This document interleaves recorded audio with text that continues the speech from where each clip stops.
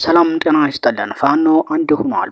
እነሆ ዛሬ ጥር 9 ቀን 2018 ዓመተ ምህረት ኢትዮጵያንና ቀጠናውን የሚያተራምሰው የብልጽግና ቡድን እስትንፋስ የሚፈልቅበትን ሸለቆ የሚዘጋ ታሪካዊ ውሳኔ ወስነናል።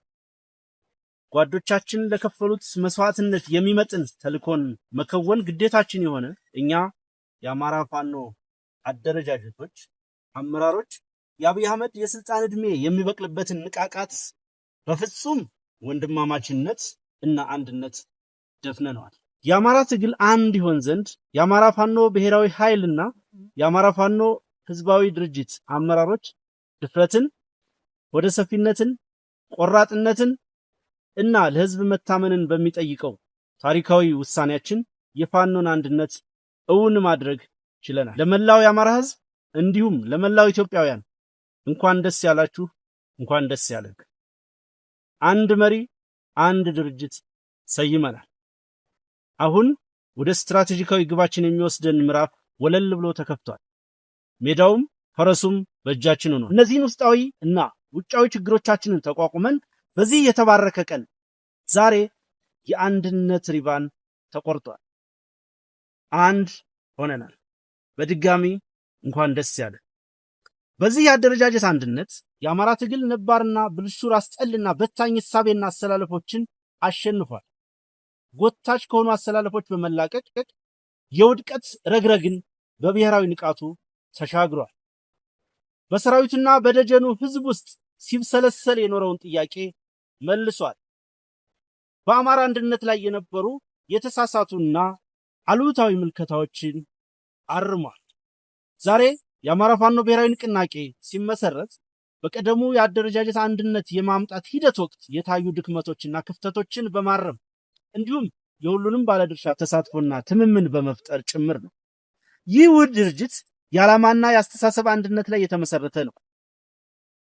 በዚህም ድርጅታችን የሚመራበት ርዕዮተ ዓለም የአማራ ብሔርተኝነት ሲሆን ይህም የወቅቱን የህልውና ትግል ከማሸነፍ ጀምሮ በዘላቂነት የህዝቡን ህልውና እንዲሁም ማንነቱን በማረጋገጥ መብትና ጥቅሞቹን ለማስከበር የምንታገልበት የአስተሳሰብ ቅኝት ይሆናል። የመግባቢያ ቃል ኪዳን ሰነድን በመፈራረም የተጀመረው ሂደት የድርጅቱን የመመስረቻ ሰነድ ህገ ደንብ በማጽደቅና ከፍተኛ አመራሩን በመሰየም በስኬት ተጠናቋል።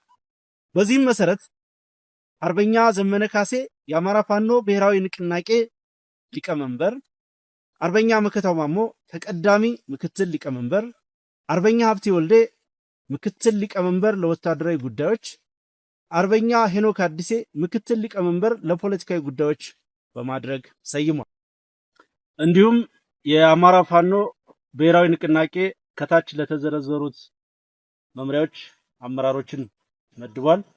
በዚህም መሰረት ወታደራዊ አዛዥ ብርጋዴር ጀነራል ተፈራ ማሞ፣ ምክትል ወታደራዊ አዛዥ አርበኛ ምሬ ወዳጆ፣ ምክትል አዛዥ ለወታደራዊ አስተዳደር አርበኛ ዝናቡ ልንገረው፣ ወታደራዊ ስልጠና መምሪያ አርበኛ ሳሙኤል ባለድል፣ ልዩ ዘመቻ መምሪያ አርበኛ ድርሳን ብርሃኔ፣ ዘመቻ መምሪያ ካሳምነው እዝ ለሚወከል ጓድ፣ የፖለቲካ መምሪያ አርበኛ ጌታ ስራደ፣ አደረጃጀት መምሪያ አርበኛ ምንተስኖት ወንዳፈራው፣ የድርጅት ጽህፈት ቤት አርበኛ አስቻለው በለጠ፣ የህዝብ ግንኙነት መምሪያ አርበኛ ስረስ ማረ ዳምጤ፣ የህዝብ አስተዳደር መምሪያ አርበኛ ዘመነ ምረት፣ ፋይናንስና ግዢ አስተዳደር መምሪያ አርበኛ አሻግሬ ባየ፣ ፖሊሲና ስትራቴጂ አርበኛ እስክንድር ነጋ፣ አጋርነትና ትብብር መምሪያ አርበኛ አበበ ፋንታው፣ የውጭ ጉዳይ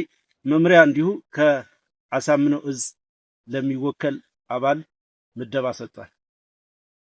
በዚህ ታሪካዊ ዕለት የአማራ ፋኖ ብሔራዊ ንቅናቄ ቀጣዮቹን ቁልፍ መልእክቶች ያቀርባል። አንደኛ መልእክት ለድርጅታችን ሰራዊት፣ ከፍተኛ መስዋዕትነት እየከፈልክበት ያለው ትግል ፍሬ እንዲያፈራና የተሟላ አሸናፊነት እንዲረጋገጥ የአደረጃጀት አንድነት የግድ እንደሆነ በተደጋጋሚ የተነሳው ሐሳብ ተገቢውን መልስ አግኝቶ የፋኖ አንድነት ተበስሯል።